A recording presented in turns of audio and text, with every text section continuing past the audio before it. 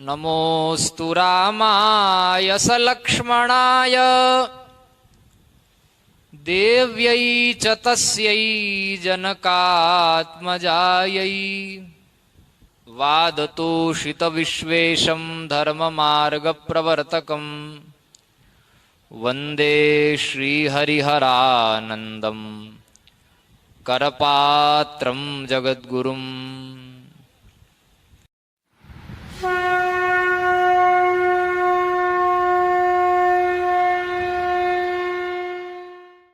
आप कुत्सित कर्म में प्रवृत्त हो गए तो फिर आपको कोई और दूसरा शासन करेगा। हम माता पिता के गुरुजन के शासन में रहने की बात करने वाले सनातनी हैं और इसी में हमारा अपना भी सम्मान है और उभय लोक में दोनों लोकों में हमारा कल्याण होना है।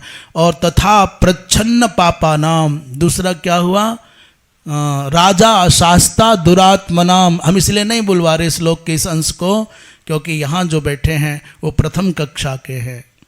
गुरु आत्मबताम शास्ता, जो दूसरे हैं मनमानी करने वाले हैं बोले राजा शास्ता दुरात्मनाम, और जो इन दोनों के कब्जे में नहीं आए, छिटक गए बाहर, नहीं मानता मैं तुमको, तुम मेरे पिता हो, नहीं मानता ऐसी सरकार को, मैं तो विद्रोही हो गया, तो बोले तथा प्रच्छन्न पापा नाम शास्ता वैवस्वतो यमः, जो छुप करके अपराध करते हैं, शास्त्रीय मर्यादाओं का उल्लंघन करते हैं, निषिद्ध का आचरण करते हैं, विधि का परिपालन नहीं करते, उनका शासक कौन, बोले यमराज। भैया शासन तो आपको किसी ना किसी का मानना ही पड़ेगा, ये आपके ऊपर निर्भर करता है कि आपको क्या स्वीकार्य है। तो पूज्यपाद धर्म सम्राट स्वामी करपात्री जी महाराज को धर्म सम्राट कहा इसलिए गया क्योंकि उन्होंने अपने जीवन में अनुशासता के रूप में धर्म को स्वीकार किया। मुझको धर्म ही शासक के रूप में चाहिए, किसी दूसरे की आवश्यकता नहीं है। ऐसे अद्भुत महापुरुष जिनको धर्म सम्राट, और करपात्री माने आप समझते ही हैं एक ऐसे संयमी महापुरुष, आहार की दृष्टि से जिन्होंने अपने जीवन को इतना संयमित किया कि 24 घंटे में एक बार भिक्षा लेनी है। और हमने ये सुना कि एक समय में एक बहुत लंबे समय तक यही व्रत था, जितना एक बार अंजलि में आ गया उतना ही आहार जिन्होंने लेकर के धर्म रक्षा के लिए। पूज्य प्रबल जी महाराज कहा करते थे, कौन ऐसा प्रांत होगा जहां नंगे नंगे पांव पूज्य करपात्री जी महाराज नहीं घूमे।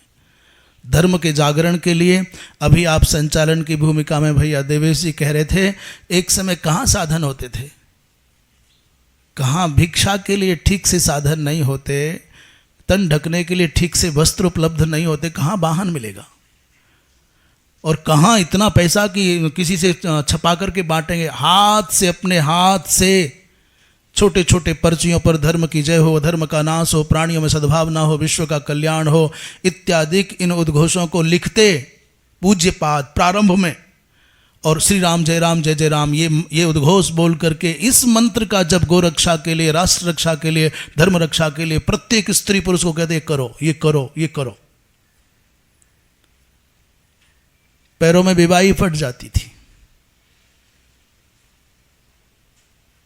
अनेक प्रकार से उपेक्षाओं को भी सहा, तिरस्कारों को भी सहा, प्रताड़नाओं को भी सहा, परंतु एकमात्र व्रत मुझे धर्म की रक्षा के लिए जीना है। जब तक इस संसार में हो तब तक धर्म का पालन होना चाहिए।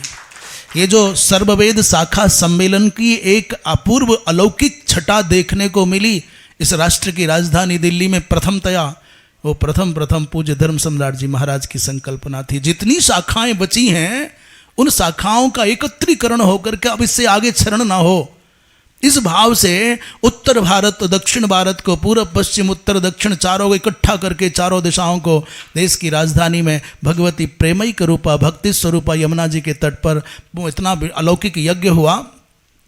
तो वो जो अद्भुत कार्य, तो धर्म सम्राट अर्थात फिर आज कोई स्वयं को धर्म सम्राट कहलवाना चाहे तो कहलवाओ, पर क्या आपने सम्राट के रूप में केवल धर्म को अंगीकार किया है?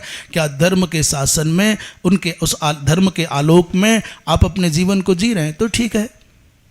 भजन करने के लिए कौन से साधन की आवश्यकता है? ब्राह्मण त्याग पर आ जाए कि त्याग करना है, नहीं चाहिए, तो आप अपनी धन्ना सेठी धरो अपने पास में।